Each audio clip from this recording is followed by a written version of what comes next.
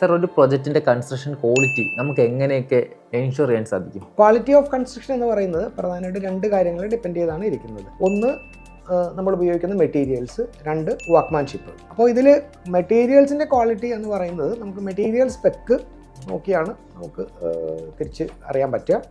ഈ ഉദാഹരണത്തിന് നമ്മളിപ്പോൾ ബിൽഡർ തരുന്ന എഗ്രിമെൻറ്റിൽ അവരുപയോഗിക്കുന്ന കൺസ്ട്രക്ഷൻ മെറ്റീരിയൽസിൻ്റെയും സ്പെസിഫിക്കേഷൻ ഉണ്ടാവും.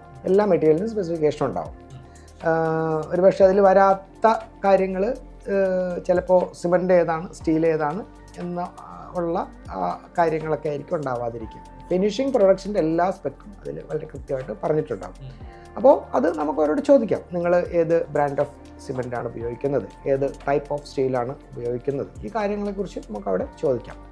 പിന്നെ വർക്ക്മാൻഷിപ്പിൻ്റെ കാര്യത്തിൽ നമുക്ക് ഏറ്റവും എളുപ്പത്തിൽ ഇത് ഒന്ന് ക്രോസ് ചെക്ക് ചെയ്യാൻ പറ്റുന്നതെന്ന് വെച്ച് കഴിഞ്ഞാൽ, നമ്മളൊരു ഓൺ ബാങ്ക് സ്റ്റേജിൽ ഒരു പ്രോപ്പർട്ടി വാങ്ങിക്കുകയാണെങ്കിൽ നമ്മൾ പറ്റുന്ന പോലെ ഈ സെഗ്മെൻറ്റായിട്ട് ബന്ധമുള്ള എൻജിനീയേഴ്സോ അല്ലെങ്കിൽ ഈ കൺസ്ട്രക്ഷനായിട്ട് ബന്ധമുള്ള ആളുകളെ ആയിട്ട് ചേർന്ന് ഇടയ്ക്ക് ഒന്ന് ഈ പ്രോപ്പർട്ടി അല്ലെങ്കിൽ സൈറ്റ് വിസിറ്റ് ചെയ്യുക എന്നുള്ളതാണ്.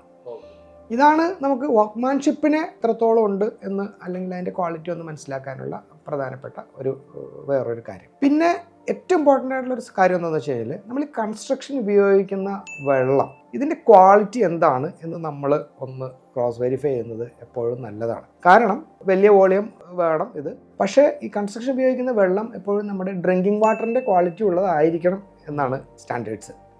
അപ്പോൾ അതങ്ങനെയല്ല എന്നുണ്ടെങ്കിൽ അതിൻ്റെ പ്രശ്നങ്ങൾ ആഫ്റ്റർ കൺസ്ട്രക്ഷൻ കുറച്ച് കഴിയുമ്പോഴത്തേക്കും അതൊക്കെ അവിടെ വന്നു തുടങ്ങും. അപ്പോൾ ഈ ഒരു കാര്യം കൂടി എപ്പോഴും നമ്മൾ മനസ്സിൽ ഓർത്തേക്കുക. പിന്നെ ഓരോ സ്ഥലങ്ങളിൽ ഇപ്പോൾ നമ്മൾ കോസ്റ്റ്ലി ഏരിയ ആണോ അല്ലെങ്കിൽ കൂടുതൽ തണുപ്പുള്ള സ്ഥലമാണോ, അങ്ങനെ ഓരോ സ്ഥലങ്ങളുടെ പ്രത്യേകത അനുസരിച്ച് ഉപയോഗിക്കേണ്ട മെറ്റീരിയൽസിൻ്റെ കാര്യത്തിൽ മാറ്റങ്ങളുണ്ടാവും. അത് നമ്മൾ ഒരു എക്സ്പേർട്ടിനോട് ചോദിച്ച് മനസ്സിലാക്കുക. അല്ലെങ്കിൽ നമ്മളത് ഇപ്പോൾ നമുക്കൊരുപാട് ഓപ്ഷൻസ് ഉണ്ട് അത് കണ്ടുപിടിക്കാനായിട്ട്. നമ്മൾ ഗൂഗിൾ ചെയ്തോ അല്ലെങ്കിൽ എന്നോട് ചോദിച്ചിട്ടൊക്കെ മനസ്സിലാക്കുക, ഇത് ഈ രീതിയിലാണോ അവിടെ നടക്കുന്നത് എന്നുള്ളത് കൂടി ഒന്ന് ക്രോസ് ചെക്ക് ചെയ്യുക. നമ്മുടെ കൊച്ചിയിൽ ഒരു ഫ്ലാറ്റ് റൂമിൽ മേടിക്കുമ്പോൾ എങ്ങനെയൊക്കെ ആയിരിക്കും സർ ഈ പേയ്മെൻറ്റ് സ്കെഡ്യൂൾസ് വരുന്നത്?